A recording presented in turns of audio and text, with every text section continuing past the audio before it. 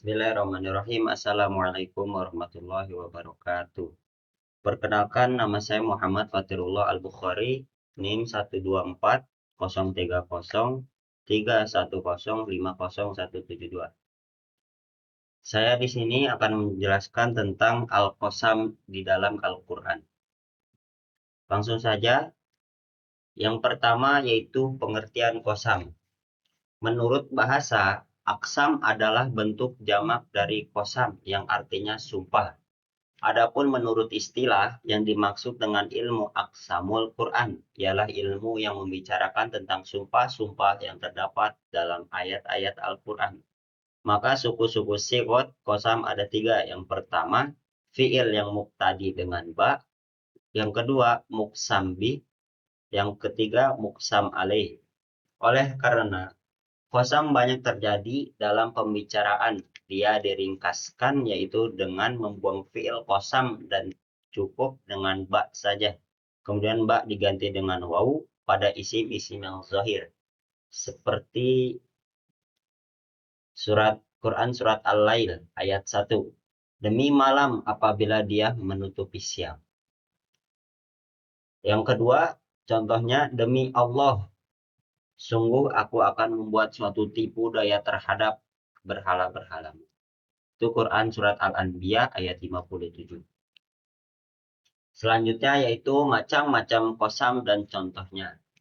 Sumpah ada kala zahir, nyata terangnya disebut, dan ada kala mutmar, tidak terang disebut. Hal ini senada dengan pendapat Mana Al-Qotton dengan mabahis fi ulum fi Al-Quran, yang menyatakan bahwa macam-macam qasam dapat dalam Al-Quran dibagi 2, yaitu zahir dan mutmar. Yang pertama itu qasam zahir adalah sumpah yang di dalamnya disebutkan fi'il qasam dan muqsam bih. Dan di antaranya ada yang dihilangkan fi'il qasamnya, sebagaimana pada umumnya, karena dicukupkan dengan huruf bahwa waw, ta, dan ba. Dalam beberapa tempat terdapat fi'il qasam yang didahului la nafiyah, sebagaimana firman Allah Subhanahu wa taala dalam Quran surat Al-Qiyamah ayat 1-2.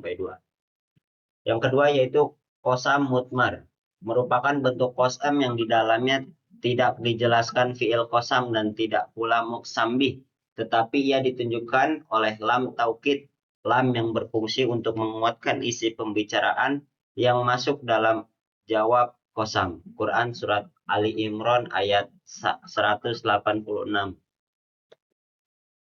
Selanjutnya, redaksi qasam dan unsurnya.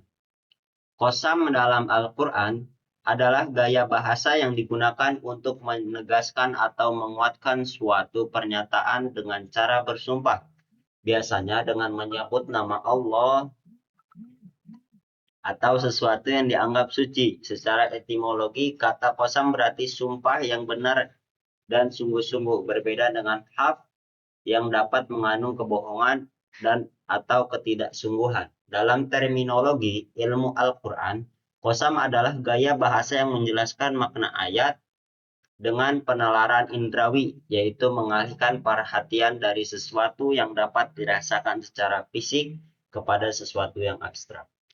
Qasam dalam Al-Quran terdiri dari 3 unsur utama. Yang pertama, sigot qasam, adat qasam. Ini adalah sigot atau bentuk yang menunjukkan sumpah, baik fi'il, kata kerja, sumpah maupun huruf-huruf pengganti seperti ba, ta, dan waw. Sigot ini berfungsi sebagai penanda bahwa kalimat tersebut adalah sumpah. Muqsam bih merupakan sesuatu yang dijadikan objek sumpah, yaitu hal yang disumpah atau yang disebut dalam sumpah. Biasanya berupa nama Allah, sesuatu yang dianggap suci, atau sesuatu yang agung dan juga dihormati. Yang ketiga yaitu muqsam alaih, adalah perkara atau berita yang ditegaskan melalui sumpah tersebut. Ini adalah inti atau isi pernyataan yang ingin dikuatkan oleh qasam. Yang selanjutnya, definisi dan makna etimologi. Qasam secara etimologi berarti sumpah yang benar dan bersungguh-sungguh. Dalam Al-Quran, qasam dipahami sebagai sumpah yang mengandung kesungguhan dan tidak mengandung kebohongan. Qasam merupakan bentuk sumpah yang serius dan tidak diniatkan untuk dilanggar. Half juga berarti sumpah, tetapi secara etimologi mengandung makna yang berbeda dengan qasam.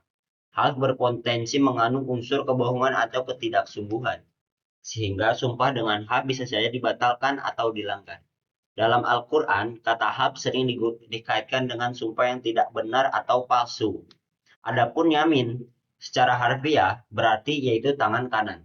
Dan juga digunakan untuk menyebut sumpah. Nama yamin berasal dari kebiasaan orang Arab, yang ketika bersumpah memegang tangan kanan orang yang diajak bersumpah. Yamin dan qasam memiliki makna yang sama dalam konteks sumpah, yaitu untuk memperkuat dan menegaskan sesuatu yang pernyataan. Selanjutnya, hikmah mengetahui qasam Al-Quran. Yang pertama, menegaskan kebenaran. Yang kedua, menarik perhatian. Yang ketiga, menunjukkan keagungan ciptaan Allah. Yang keempat, mendorong tafakkur atau perenungan. Yang kelima, menumbuhkan keimanan. Menegaskan kebenaran, yaitu qasam digunakan Allah untuk menegaskan kebenaran sesuatu pernyataan atau ajaran. Saat Allah bersumpah, itu menunjukkan betapa pentingnya hal yang akan disampaikan oleh sumpah tersebut. Yang kedua, menarik perhatian. Sumpah dalam Al-Quran menarik perhatian pembaca atau pendengar agar lebih fokus terhadap isi yang sedang disampaikan. Oleh biasanya, qasam diikuti dengan pesan yang besar dan mendalam, menunjukkan keagungan ciptaan Allah. Allah sering bersumpah dengan ciptaannya seperti matahari, bulan, waktu subuh, malam, dan bintang. Ini menunjukkan keagungan dan keteraturan alam semesta sebagai bukti kekuasaan. Yang keempat itu mendorong tafakur atau perenungan. Dengan mengetahui qasam, kita terdorong untuk merenungi makna sumpah tersebut dan apa yang Allah inginkan kita pahami melalui tanda-tanda itu. Yang kelima, menumbuhkan keimanan. Saat kita memahami bahwa Allah bersumpah demi hal-hal yang besar, menumbuhkan rasa takjub, kagum, akhirnya menambah keimanan terhadap keesaan dan kekuasaannya. Baik, terima kasih atas perhatiannya. Mohon maaf atas kesalahan di setiap kata. Wabillahi taufiq wa hidayah. Wassalamualaikum warahmatullahi wabarakatuh.